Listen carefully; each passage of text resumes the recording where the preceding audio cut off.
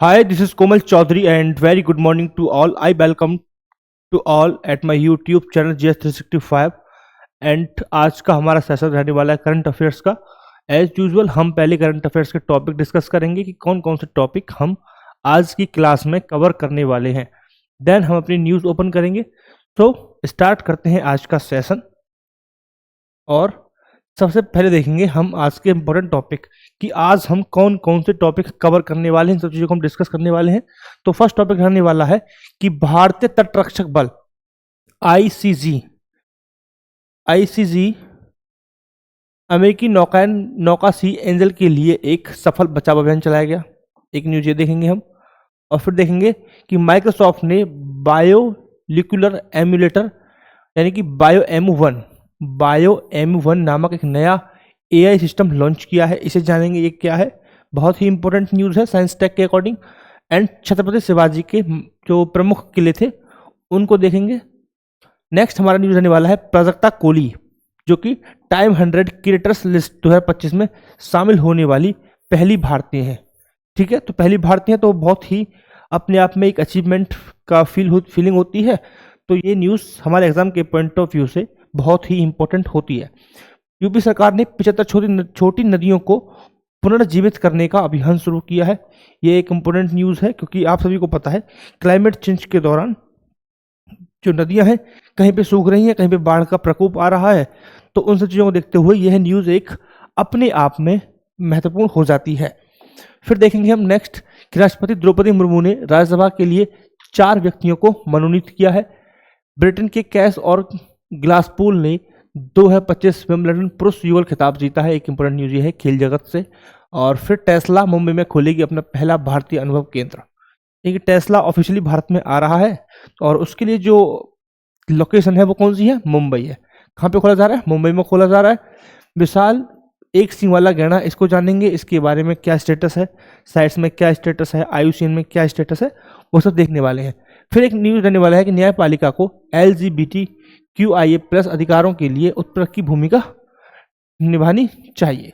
यानी कि जो LGBTQ वाले होते हैं ट्रांसजेंडर्स, कौन से? ट्रांसजेंडर्स यानी कि मेल और फीमेल के अलावा जो भी आते हैं सब क्या आते हैं? LGBTQ+ में आते हैं। अलग अलग क्राइटेरिया है, अलग अलग कैटेगरी है। ठीक, तो हम कैटेगरी नहीं पढ़ने वाले, हम सिर्फ ये पढ़ेंगे कि न्यायपालिका को LGBTQIA+ के अधिकारों के लिए उत्प्रेरक की भूमिका निभानी चाहिए। देखेंगे क्या मैटर है, क्या चीज़ें हैं, सब बहुत ही डिटेल में करने वाले हैं। So I request to everyone please be attentive in the class. फिर से कहूँगा मैं, और पूरी क्लास दीजिएगा। आज की क्लास वैसे भी छोटी होने वाली है क्योंकि न्यूज़ कम है। तो स्टार्ट करते हैं फर्स्ट न्यूज़ के साथ। और फर्स्ट न्यूज़ हमारा है कि माइक्रोसॉफ्ट ने बायोमोलिकुलर एम्यूलेटर या फिर BioMU1 नामक एक नया AI सिस्टम लॉन्च किया है। यह सिस्टम प्रोटीन की गति का अध्ययन करने के लिए और दवा खोज प्रक्रिया को गति देने के लिए डिजाइन किया गया है। यानी कि मुख्य उद्देश्य क्या है इस प्रोजेक्ट का? क्या है कि प्रोटीन की गति का अध्ययन करेगा, दूसरा दवा खोजने की जो प्रक्रिया है उसको तेजी देगा। BioAM एक गहन शिक्षण मॉडल है। यह एक ही ग्राफिक प्रोसेसिंग यूनिट का उपयोग करके हर घंटे हजारों प्रोटीन संरचनाएं उत्पन्न कर सकता है। यानी कि प्रोटीन संरचना के उत्पन्न में गति लाना इसका एक महत्वपूर्ण हम समझ सकते हैं प्रयोग है। राइट, हाल ही के वर्षों में हमने देखा है कि वैज्ञानिकों ने प्रोटीन संरचना को समझने की में काफी प्रगति की है। हालांकि अगर हम बात करें अमीनो एसिड से जुड़े हुए अनुक्रम में प्रोटीन के आकार का अनुमान लगाना थोड़ा एक चुनौतीपूर्ण कार्य है। बट जो BioMU1 है वो इस समस्या का समाधान करता है। ठीक है।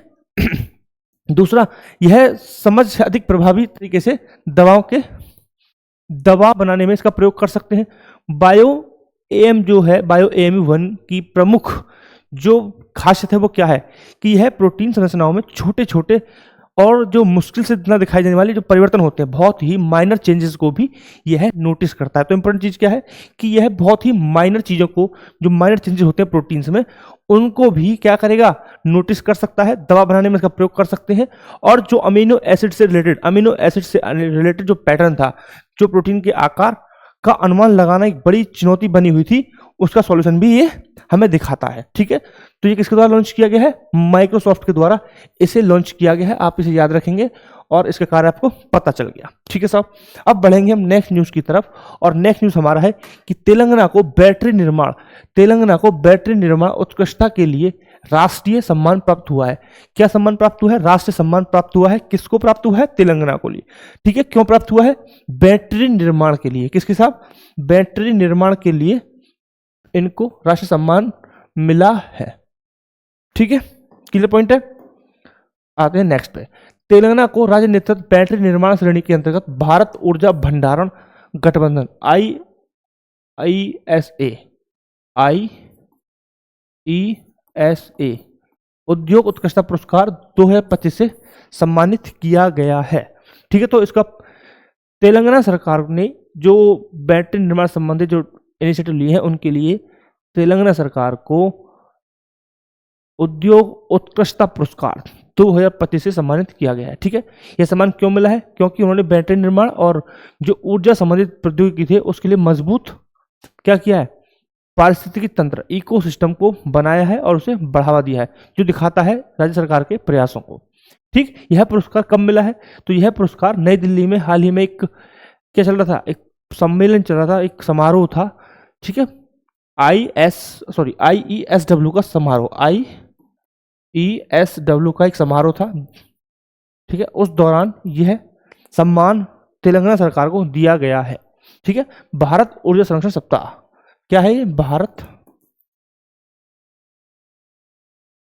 ऊर्जा संरक्षण सप्ताह 2025। ठीक है साहब, क्लियर पॉइंट, राइट। तो ये था हमारा इंपॉर्टेंट एनालिसिस दूसरे न्यूज का। तो इस न्यूज से हम क्या पॉइंट निकाल सकते हैं? पहला पॉइंट कि तेलंगाना सरकार को बैटरी निर्माण के लिए एक अवार्ड दिया गया है। ठीक है, यह कब दिया गया है? 2025 के लिए दिया गया है। क्यों दिया गया है? क्योंकि राज्य सरकार के जो कार्य हैं बैटरी निर्माण या फिर हम बात करें एनर्जी टेक्नोलॉजी से संबंधित जो इकोसिस्टम को बढ़ावा दिया है उसके प्रयासों को देखते हुए यह उन्हें सम्मान दिया गया है। ठीक है, तो यह कब दिया गया है? यह ISEW का एक सम्मेलन चल रहा था। ठीक है, जिसे बोलते हैं भारत ऊर्जा संरक्षण सप्ताह या फिर भारत ऊर्जा भंडारण सप्ताह, एक ही बात है। ठीक है, इसका ये 11वां सेशन था, जिस दौरान 11वें सेशन के दौरान क्या मिला है? तेलंगाना को एक सम्मान दिया गया है, उत्कृष्टता सम्मान, राष्ट्रीय सम्मान प्राप्त हुआ है। नई दिल्ली में ये इवेंट हो रहा था। ठीक है, इससे हमें क्या मिलता है? इससे तेलंगाना को क्या फायदा होगा? इससे तेलंगाना को बैटरी और सेल निर्माण मूल्य, इलेक्ट्रिक व्हीकल असेंबली, ठीक है, और कंपोनेंट की आपूर्ति के क्षेत्र में हम क्या समझ सकते हैं? एक आकर्षक या फिर आकर्षक तो बनेगा, आकर्षण होने के साथ क्या होगा? इससे निवेश को भी बढ़ावा मिलेगा, यानी कि तेलंगाना में इन्वेस्टमेंट भी बढ़ेगा इससे। ठीक है, इस इंफॉर्मेशन से जब जो निवेशक होंगे उनके बीच जाएगी कि तेलंगाना सरकार ने ऐसे ऐसे इनिशिएटिव लिए हैं जिनकी वजह से उनको एक सम्मान दिया गया है, तो ऑब्वियस सी बात है वहां पर इन्वेस्टमेंट बढ़ेगा। ठीक है, तो ये डबल ग्रोथ हो जाएगा। एक तो क्या है, अपॉर्चुनिटी पहले से ही होंगी, जो बैटरी हो गया उनका निर्माण करना, ठीक है, उन संबंधित इकोसिस्टम है पूरा, तो वहां से इनकम होगी, लेकिन उससे क्या होगा? निवेश को भी बढ़ावा मिलेगा। राइट, ठीक है, चलते हैं नेक्स्ट। और नेक्स्ट न्यूज हमारा है कि छत्रपति शिवाजी महाराज के प्रमुख किलों के बारे में आज हम जानेंगे। ठीक है, तो रायगढ़ किला था, राजगढ़ एक किला है, प्रतापगढ़ एक किला है, सिंधुदुर्ग किला है और विजयदुर्ग किला है। इन सब के बारे में लिखा हुआ है 1674 से 1818 ईस्वी तक मराठा साम्राज्य की राजधानी थी। ठीक है, रायगढ़ क्या थी? राजधानी थी मराठा साम्राज्य की। रायगढ़ स्थानांतरित होने से पहले शिवाजी महाराज की पहली राजधानी थी, यानी कि रायगढ़ से पहली राजधानी कौन सी थी? राजगढ़ थी। 1659 ईस्वी में शिवाजी महाराज और अफजल खान के बीच प्रसिद्ध युद्ध स्थल था प्रतापगढ़। सिंधुदुर्ग की हम बात करें तो यह कोंकण तट से दूर एक द्वीप पर स्थित है सिंधुदुर्ग। विजयदुर्ग अपनी मजबूत तटीय सुरक्षा के कारण इसे पूर्व का जिब्राल्टर कहा जाता है। ठीक है, तो आप कुछ याद रखें ना रखें, आपको ये वाला पॉइंट मेरे कहने से याद रखना पड़ेगा कि विजयदुर्ग क्या था? पूर्व का जिब्राल्टर कहा जाता है विजयदुर्ग को, पूर्व का जिब्राल्टर। ठीक है साहब, इसे आप याद रखेंगे। I request to everyone. आइए बढ़ते नेक्स्ट न्यूज की तरफ। और नेक्स्ट न्यूज हमारा है कि प्राजक्ता कोहली कौन है? एक क्रिएटर है जिन्हें टाइम 10 क्रिएटर लिस्ट 2025 में शामिल किया गया, और यह पहली भारतीय बनी है, पहली भारतीय है जिन्हें इस लिस्ट में शामिल किया गया है। तो प्राजक्ता कोहली उर्फ मोस्टली सेन को टाइम 10 क्रिएटर्स लिस्ट 2025 में शामिल किया गया है और यह पहली भारतीय हैं जिन्हें शामिल किया गया है। वह यह सम्मान पाने वाली पहली भारतीय और एकमात्र भारतीय है, यानी पहली है और अभी सिर्फ भारतीयों को किसी मिला ही नहीं है इससे पहले। ठीक है, भारत की सबसे लोकप्रिय कॉमेडी यूट्यूबर्स में से एक है। चैनल 2015 से लॉन्च हुआ, 2015 में उन्होंने अपना चैनल बनाया था और तब से लोकप्रिय क्रिएटर के रूप में यह है। ठीक है, कॉमेडी यूट्यूबर है। पहला उपन्यास था इनका too good to be true, 2024 में उन्होंने लिखा था। लड़कियों की शिक्षा के समर्थन के लिए मिशेल ओबामा के साथ साझेदारी की थी। पहली भारतीय हैं जो यूएनडीपी युवा जलवायु चैंपियन नामित हुई हैं। तो इस न्यूज से आपको क्या क्या याद रखना है? फर्स्ट कि प्राजक्ता कोहली को पहली बार टाइम 100 क्रिएटर की लिस्ट में शामिल किया गया। कब शामिल किया गया? 2025 में शामिल किया गया। पहली महिला है और पहली भारतीय है। ठीक है, क्लियर पॉइंट है। और भारत की पहली यूएनडीपी युवा जलवायु चैंपियन भी नामित हुई हैं ये पॉइंट आप याद रखेंगे। ठीक है साहब, क्लियर पॉइंट है। अब बढ़ेंगे आगे। यूपी सरकार ने 75 छोटी नदियों को पुनर्जीवित करने का अभियान शुरू किया गया है। उत्तर प्रदेश सरकार ने 75 छोटी नदियों और सहायक नदियों को पुनरुद्धार के लिए अभियान शुरू किया है। यह पहल तकनीकी आधारित है और सभी विभागों में इसका समन्वय है। इसमें IIT Kanpur, IIT BHU, IIT Roorkee और बीबीयू लखनऊ जैसे प्रमुख संस्थान शामिल हैं। ये संस्थान नदी विशिष्ट पुनरुद्धार योजना तैयार कर रही हैं। ये योजनाएं भौगोलिक, पारिस्थितिकी और सामाजिक कारकों पर आधारित हैं। यानी कि उत्तर प्रदेश सरकार ने 75 नदियों को के पुनरुद्धार के लिए एक अभियान शुरू किया जिसमें टेक्नोलॉजी आधारित होगा और टेक्नोलॉजी के प्रमुख संस्थान जैसे IIT Kanpur, IIT BHU, IIT Roorkee, इन सबको शामिल किया गया है। क्यों शामिल किया गया? ताकि ऐसी योजना बने जो भौगोलिक, पारिस्थितिक और सामाजिक कारकों पर आधारित हो। ठीक है, ऐसा ना हो कोई प्रोजेक्ट बने और वो पारिस्थितिक रूप से परिस्थिति जो पर्यावरण है उसको हानि पहुंचाए, या फिर ऐसी परियोजना बने जो सामाजिक कारकों को प्रभावित करे, भौगोलिक कारकों को प्रभावित करे। तो सभी चीज़ों को देखते हुए कॉम्प्रिहेंसिवली इस तरीके से बनाना है ताकि भौगोलिक, पारिस्थितिक और सामाजिक कारकों पर आधारित हो परियोजना। इसीलिए तकनीकी आधारित होने के साथ साथ इन्हें पर्यावरण यानी पारिस्थितिकी सब चीज़ों का ध्यान रखने के लिए कहा गया है। और इसके लिए जो भारत के प्रमुख संस्थान है तकनीकी के लिए, आईआईटी कानपुर, रुड़की, बीएचयू, इन सबको इस प्रोजेक्ट में शामिल किया गया है। ठीक है साहब, क्लियर पॉइंट है। आगे बढ़ते हैं हम। नेक्स्ट न्यूज़ क्या हमारा कि कुमार मंगलम बिरला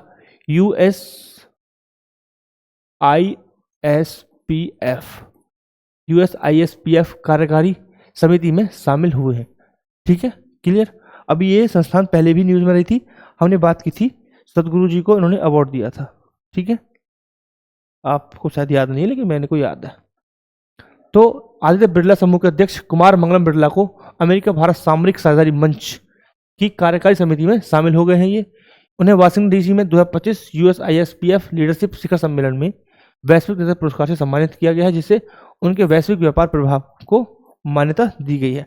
इससे क्या हुआ है कि जब ऐसे अवार्ड्स आपको दिए जाते हैं तो आपके व्यापार को मान्यता मिलती है और आपको एक ग्लोबल ब्रांड के रूप में लोग देखते हैं, ना कि सिर्फ एक रीजनल या फिर एक नेशनल ब्रांड के रूप में आपको समझते हैं। अभी क्या है, जो महिंद्राज नहीं, जो मंगलम बिरला जी हैं, इनके ब्रांडों क्या एक ग्लोबल पहचान यहाँ से मिलती है। ठीक है साहब, अब बढ़ते हैं नेक्स्ट न्यूज हमारा है कि राष्ट्रपति द्रौपदी मुर्मू द्वारा राज्यसभा के लिए 4 व्यक्तियों को मनोनीत किया गया है। कौन कौन से व्यक्ति हैं? उज्ज्वल निकम, सी सदानंद मास्टर, हर्षवर्धन श्रृंगला और डी मीनाक्षी जैन। क्या क्या प्रोफेशन है वो यहाँ देख सकते हैं। यह संविधान के भारत के अनुच्छेद 80(1)(a) के तहत नामांकन किया जाता है। यानी भारत के संविधान के अनुच्छेद 80(1)(a) के तहत नामांकित किया जाता है। ठीक है, कौन करता है? राष्ट्रपति।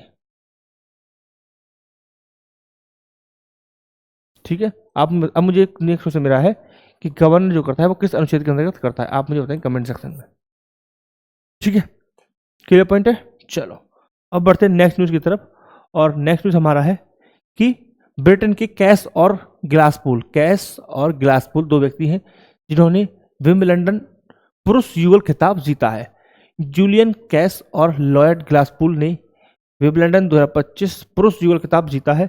रिकी हिजिकाटा और डेविड पिल को इन्होंने हराया है। यह जोड़ी के रूप में उनका पहला ग्रैंड स्लैम है। ठीक है, जोड़ी के रूप में उनका पहला ग्रैंड स्लैम है। अगर पॉइंट्स के रूप में फॉर्म में 2 क्वेश्चन बनाता हूं तो निम्नलिखित में से कौन से कथन सही हैं, विचार कीजिए। ठीक है, तो ये पॉइंट डाल देंगे, ये पॉइंट डाल सकते हैं। 1936 के बाद में विंबलडन पुरुष युगल जीतने वाली पहली पूर्णतः ब्रिटिश टीम है, पहली पूर्णतः ब्रिटिश टीम है। 1936 के बाद उन्होंने कोई खिताब नहीं जीता है जो पूर्णतः ब्रिटिश है। एक प्लेयर ब्रिटिश है तो दूसरा प्लेयर ब्रिटिश नहीं है, ऐसे गैर ब्रिटिश है, ऐसे जीता है, बट पूर्णतः टोटल दोनों बंदे ब्रिटिश गवर्नमेंट ब्रिटिश से हैं, ब्रिटेन से हैं। ऐसा 1936 के बाद पहली बार हुआ है।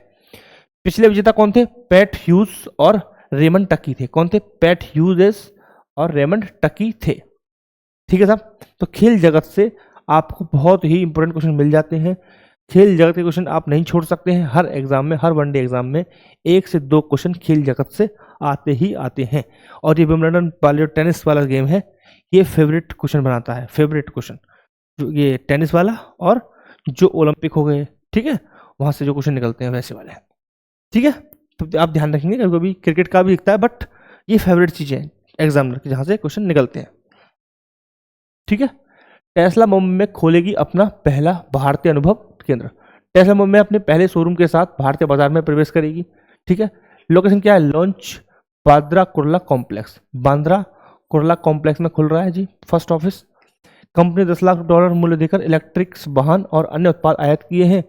मुख्य आयात कहां से हो रहा है? चीन और अमेरिका से होगा। कहां से होगा? चीन और अमेरिका से होगा। अभी तक भारत में स्थानीय विनिर्माण के लिए कोई प्रतिबद्धता नहीं जताई गई है, यानी कि अभी ये कंपलसरी नहीं है, नहीं कोई कुछ ऐसा इंफॉर्मेशन है कि टेस्ला भारत में निर्माण करेगी अपने वाहन, अपने व्हीकल, ऐसा कोई इंफॉर्मेशन नहीं कोई प्रतिबद्धता है। अभी इंपोर्ट करेंगे, देन आगे देखते हैं क्या होता है, बट अभी कोई ऐसी इंफॉर्मेशन नहीं है, कोई प्रतिबद्धता नहीं जताई गई है। मुंबई शोरूम टेस्ला के भारत में औपचारिक प्रवेश का प्रतीक है, यानी औपचारिक रूप से अब टेस्ला भारत में अपना ऑफिस खोलने जा रहा है, ठीक, सेल्स के लिए। नेक्स्ट हमारा न्यूज है विशाल एक सींग वाला गैंडा, विशाल एक सींग वाला गैंडा।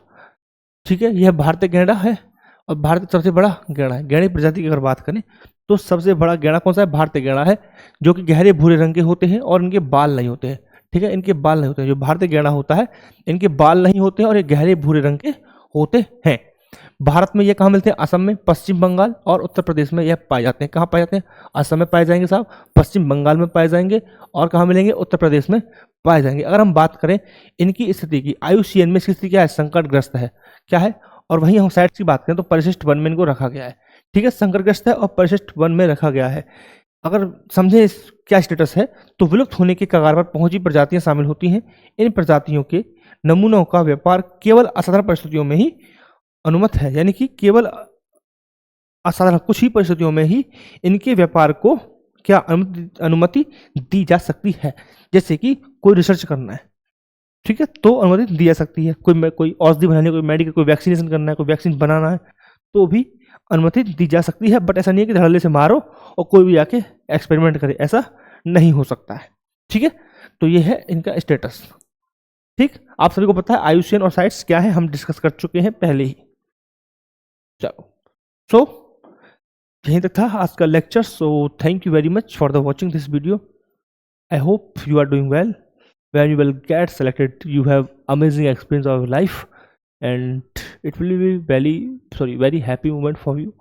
So wait for that moment, feel that moment, उस moment को महसूस करो और अपनी तैयारी को ऐसे ही आगे बढ़ाते रहो. So thank you very much once again.